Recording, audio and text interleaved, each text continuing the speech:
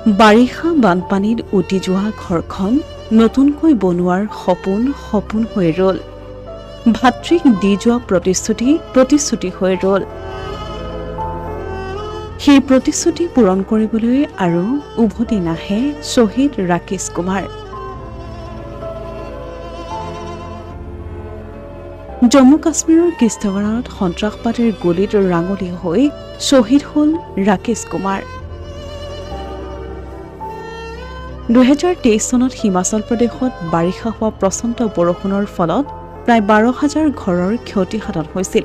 ইয়াৰে এটা ঘৰ আছিল শ্বহীদ নৈব ছুবেদাৰ ৰাকেশ কুমাৰৰ।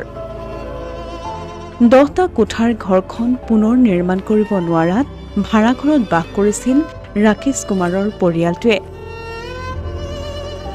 ছুটীত ঘৰলৈ আহি জানুৱাৰী মাহৰ পৰা নতুনকৈ এখন ঘৰ নিৰ্মাণ কৰাৰ প্ৰতিশ্ৰুতি প্ৰদান কৰি থৈ গৈছিল ভাতৃক। কিন্তু সেই প্ৰতিশ্ৰুতি যেন প্ৰতিশ্ৰুতি হৈ ৰ'ল। কেতিয়াও উভতি নহা বাটেৰে দেশৰ হকে প্ৰাণ দি অজান দেশলৈ গুচি গ'ল ৰাকেশ কুমাৰ।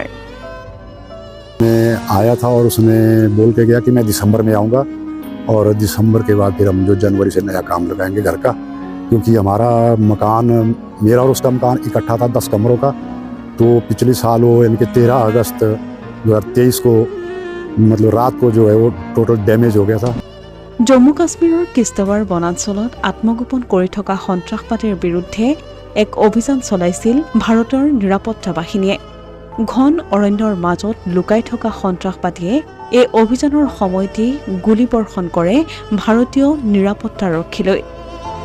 এই গুলীবৰ্ষণতে সন্ত্ৰাসবাদীৰ গুলীত তেজেৰে ৰাঙলী হৈ পৰে ৰাকেশ কুমাৰ আৰু সকলো সপোন, সকলো প্ৰতিশ্ৰুতি বুকুত বান্ধি শ্বহীদ হ'ল ৰাকেশ কুমাৰ।